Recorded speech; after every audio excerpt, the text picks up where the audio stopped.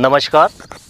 आज हम कृषि विज्ञान केंद्र सीहोर में उपस्थित हैं और हमारे साथ श्री धर्मेंद्र पटेल साहब कृषि वैज्ञानिक हैं और आज इनसे जानना चाहेंगे कि धान की पौधशाला का प्रबंधन और रोपाई किस तरह से की जाती है। नमस्कार किसान साथियों, मैं धर्मेंद्र पटेल, वैज्ञानिक कृषि विज्ञान केंद्र सेवनिया जिला सीहोर। आज का हमारा जो विषय रहेगा धान की रोपाई पद्धति।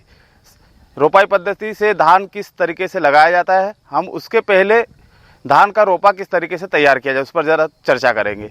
सबसे पहले हमारे जो किसान साथी है वो जो भी अपने क्षेत्र में प्रचलित किस्म है उस किस्म का रोपाई पद्धति से यदि आपको रोपाई करना है तो प्रति एकड़ उनको कम से कम 5 से 7 किलोग्राम बीज की आवश्यकता पड़ती है। इसके पश्चात बीज को आप रोपा डालने के पहले बीज को हमको अनुशंसित जो फफूंदनाशक दवा, कीटनाशक दवा एवं जैव कल्चर से उपचारित कर लेना। उपचारित करने के पश्चात हमारा जो रोपा के लिए जो खेत रहता है उसको अच्छा पहले भुरभुरा बना ले। भुरभुरा बनाने के बाद खेत को छोटे छोटे बेडों में जो है कि बांट ले। इसके पश्चात हमारा जो अंकुरित जो उपचारित जो बीज है उसको जो है कि अपन को क्यारी बनाकर उसमें डाल देना है। तो उसके बाद बीज डालने के बाद उसको आप जो है कि मल्चिंग कर दे।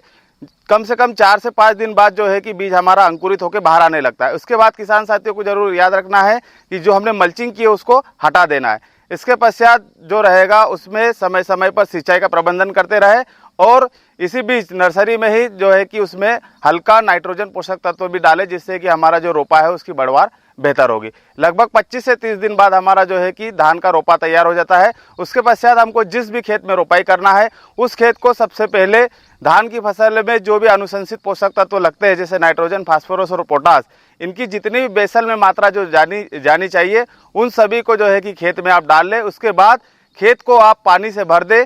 पानी से भरने के बाद उसकी अच्छी तरीके से मचाई कर ले। जब खेत का गड्ढा हमारा अच्छी तरीके से मच जाता है उसके पश्चात हमको जो है कि धान की रोपाई करना है। किसान साथियों, रोपाई में एक विशेष हमको ध्यान रखना है कि रोपाई कम से कम 10 × 15 सेंटीमीटर पर या 15 × 15 सेंटीमीटर पर या 15 × 20 सेंटीमीटर की दूरी पर हमको रोपाई करना है। इससे क्या होगा कि जितना अच्छा पौधों को स्पेस मिलेगा उससे उतना ज़्यादा फुटाव होता है और जितना ज़्यादा फुटाव होगा हमको जो है कि उपज उससे अधिक मिलेगी। जैसा कि ये रोपा लग चुका है तो सर जानना चाहेंगे किसान भाई कि रोपा लगने के बाद खेत में पानी कितने इंच होना चाहिए, तो ये जानना था। जैसे ये पानी भरा हुआ है तो मैं मेरे सभी किसान साथियों को बताना चाहूँगा कि जैसे हम धान की रोपाई करते हैं तो रोपाई के पूर्व जब हम खेत को भरते हैं पानी से मचाई के लिए, मचाई हो जाने के उपरांत हमको एक चीज़ विशेष ध्यान में रखना है कि पानी जब हम रोपा लगाते हैं तो रोपा जो है कि हमारा डूबना नहीं चाहिए। मतलब कम से कम जो है कि रोपा लगाने के ऊपर 3 इंच से 4 इंच पानी जो है कि गड्ढे में भरा हुआ रहना चाहिए।